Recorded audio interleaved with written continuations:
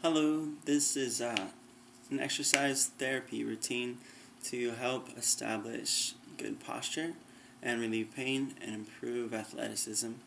It's a great routine for anyone who has knee pain, back pain, shoulder pain, or muscular tension in their shoulders, mid back, low back, thighs, or calves. The way it works is through the techniques that I learned using the Egoscue method, which is awesome, www.egoscue.com, E-G-O-S-C-U-E.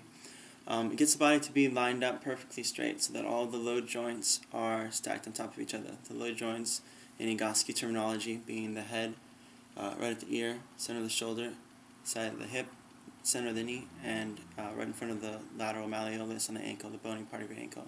All of those should be perfectly stacked up straight, and most people are nowhere near that, usually pitch forward a couple inches, because most of the time their hips are not doing the job that they should, and it causes the hips to fall into either an anterior or posterior pelvic tilt. So their hips aren't doing the job of stabilizing, and with that, their other muscle groups have to make up for that. Their lumbar erectors, their shoulders, muscles in their legs and in the back of the legs, as well as the inner thigh. So one of the most common postures that we'll see in modern day society, especially in women, is hyperextension in their knees. And what's happening is the stabilizers of the pelvis, the hip flexors and glute medius, as well as the core muscles that they link with, the transverse abdominis and the external obliques, they all should work in coordination to hold the hips in a nice level bowl, in a nice level plane, so that the ASIS, the bony part in front of your hip, as well as your PSIS, should stack perfectly horizontal. And this routine helps trigger that to happen.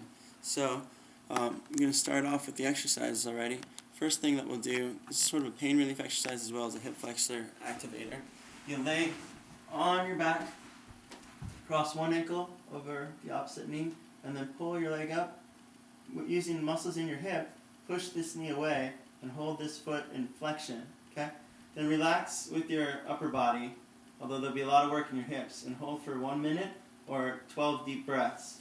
And then switch and do it again. The next exercise is from straight out of yoga, it's called cats and dogs. You'll put your hands shoulder width apart and your knees hip width apart, so from the front view it'll look like that. From the side view it'll look like that, so your hips are right over your knees and your shoulders are right over your wrists. Then you're going to exhale and round everything, and then inhale and look up, squeeze your shoulder blades together in a nice fluid motion. You can do that 10 times.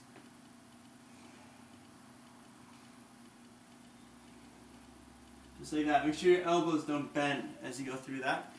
The next exercise we'll do is called a kneeling rowing stretch, which you may have done many before, but maybe not correctly. The most important thing is that you get a stretch in your hip flexor of your rear leg, and the only way you're going to get that is if you actually create a length demand on the hip flexor, the iliopsoas, which is a complicated muscle. I won't describe it now for time's sake, but the way to do that is tuck your tailbone, okay, so using your abdomen as well as maybe even your butt muscles, but primarily your abdomen. Tuck your tailbone so it thrusts under. Get your head, shoulders, and hips all right on top of each other vertically. Push down with your hands on the front knee so that you don't, so that it engages your abs even more. And then just move forward a little bit until you feel a moderate pull on your hip flexor, which should feel right here, okay? Not out here, but right where you would feel the muscle flex to pull the leg up. That's where the stretch should occur. So you have to stay flat. The most common mistake in this is to jut your rib cage forward. Don't let that happen. Pull it back, keep this tucked, and move forward so you feel that stretch. Okay? 1 minute on each side. Also, don't pitch forward or else you won't get the stretch either. You have to stay upright. Next exercise, so you do that both sides. Next exercise will be standing arm circles. This is to help correct rotation and flexion in your upper back and asymmetry in your shoulders. So stand with your feet really, really straight like rulers, okay? Directly beneath where the hip joins, where the femur joins to the hip. Knees should point straight ahead as well as the feet pointing straight ahead. Then you're going to make this grip with your hands. Looks like this. So your knuckles are clenched, okay? like that. Right? So you're going to hold it just like that, wrist straight. It's called the golfer's grip in the Egoscue method.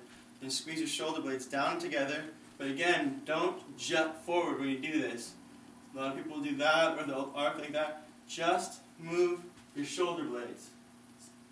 Then circle forward. Forward being right hand counterclockwise, left hand clockwise.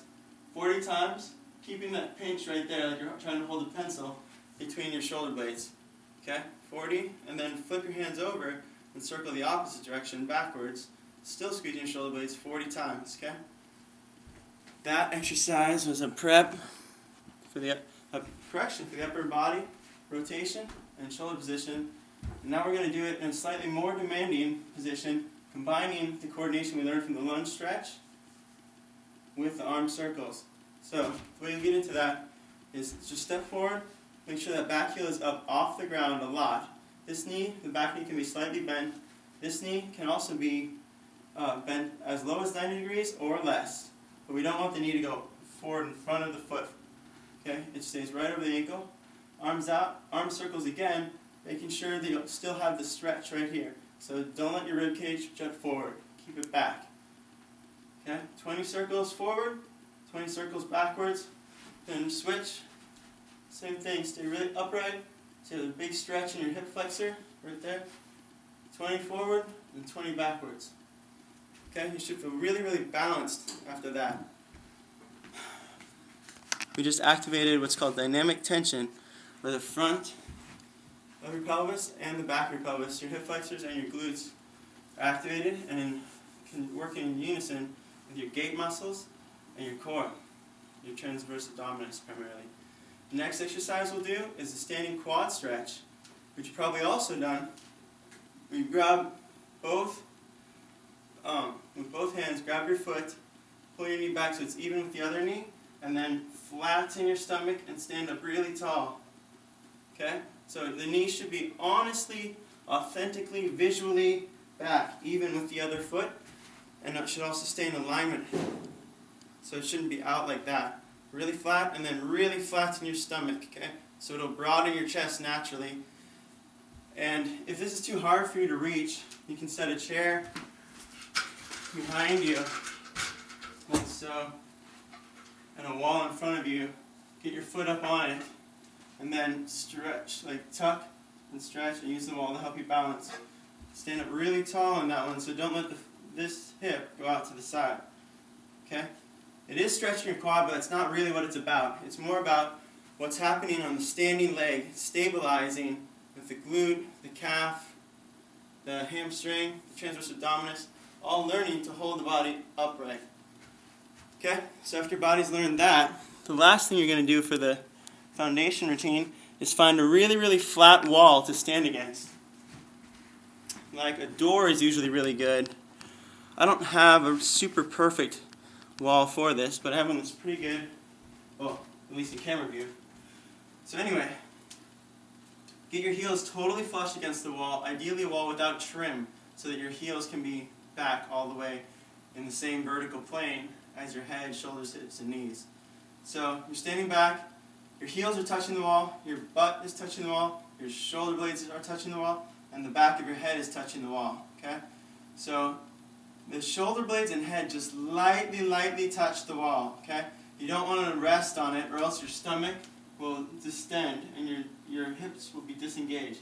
So just pretend like the wall is made of rice paper, and you're just perfectly aligned with it, using it as a coach or a guide or a map of what perfectly vertically straight is. So you'll just stand there and learn. Your body's learning a new coordination of what it means to be perfectly vertically upright. Your head, shoulders, knees, head, shoulders, hips, knees, and ankles. So at the end of that, you stand there for about 3 to 5 minutes and just learn that posture, and then step away from the wall and allow yourself to stay in that new posture.